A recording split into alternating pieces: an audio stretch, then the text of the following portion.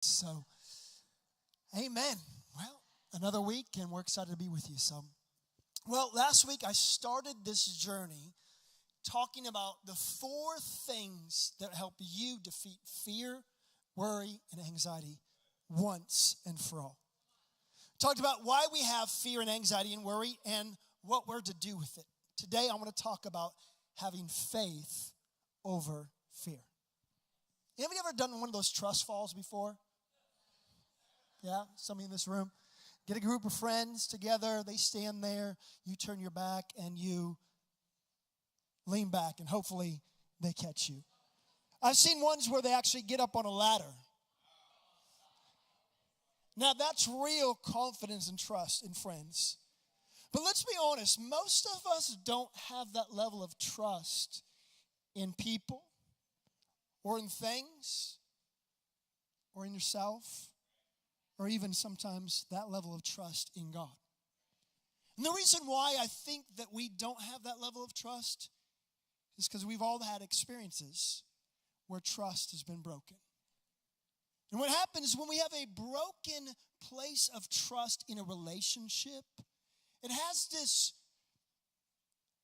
parallel connection of this horizontal relationship now how somehow transcends to how you have this vertical connection to God. Because I can't trust a mom or a dad, or I can't trust kids, or I can't trust my boss, or I can't trust myself to overcome this problem I'm struggling with. Now somehow I'm not sure if I can really trust God. So we develop fears based upon our past experiences. We develop fears based upon our environments and based upon circumstances and situations. And every one of us have some level of fear, anxiety, and worry. And it comes because of what you've gone through. See, this is what I believe. Fear and worry is simply a misplaced trust. Anybody ever lose their keys before? And you guaranteed that you put them in the same spot you put in every single time. So you go back to that spot, right? I got a little hook at my house, or you got a little place you throw in the drawer or wherever, and you're sure someone moved them because you are guaranteed you put them there and it wasn't your fault. Okay, maybe that's a marriage conversation. You'll hear about that a little bit later. You didn't lose your keys, though. You just misplaced them. Some of us think that we've lost our faith. And therefore, now we have fear, worry, and anxiety. You didn't lose your faith. You just misplaced it. You just put your confidence and trust in the wrong thing or wrong place. Some of us, the reason why we have fear, anxiety, and worry is because we've misplaced our trust in the wrong thing. At the end of the day, people will fail you. With the best intentions they have for you, they're going to fail you. Jobs, they promise the best at life, promise 401k, and promise that you're going to take care of you, and promise they have your best intention in mind. Just may not work out for you.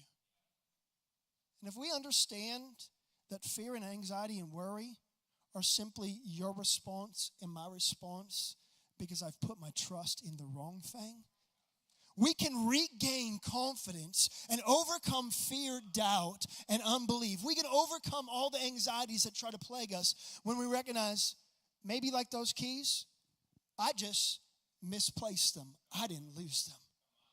See, I think fear and faith both are the exact same thing, just 2 opposite perspectives.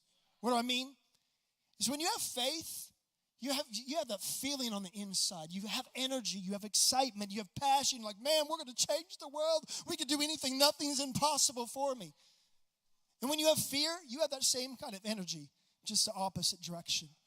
You know that your nervous system does not know the difference between fear, anxiety, and faith? It feels the same way. Your heart begins to start beating fast. You know, maybe you get that sweat a little bit or glistening, ladies. the glow. And all of those things happen because our nervous system is telling us that we are either afraid or excited. But who determines whether you're afraid or excited? You. Whatever you've put your trust in and confidence in determines whether it's fear or it's faith. See, this is what fear does. Fear gets you to look at the facts. Faith gets you to look for the truth. They look the same, they sound the same, but the reality is truth is a higher reality than facts. The fact is, maybe today your bank account says, I don't have much, and so I'm not sure if I can really give to the building fund. But you know what truth says? Truth says that I'm not limited to what I see and know. This is what fear does. Fear gets you to look at everything your senses are telling you. But faith, it focuses on what the Spirit is telling you. It transcends. It goes beyond what you can touch, taste, see, and hear. It goes to a different element. See, I think many times we're moved to fear because we've put our confidence, our trust in what we know, in what we've seen, in what we've heard. I think the question I want to ask you today is, where are you collecting your evidence? Because the evidence you collect either defends and justifies your position, or it reaffirms why you should put confidence and trust in the one that cannot be shaken. See, faith and fear is really about what and where you put your focus. From the wisdom of Mr. Miyagi, this is what I could propose to you. Your focus needs focus. In my next session, I'm going to talk about how to walk with a lean.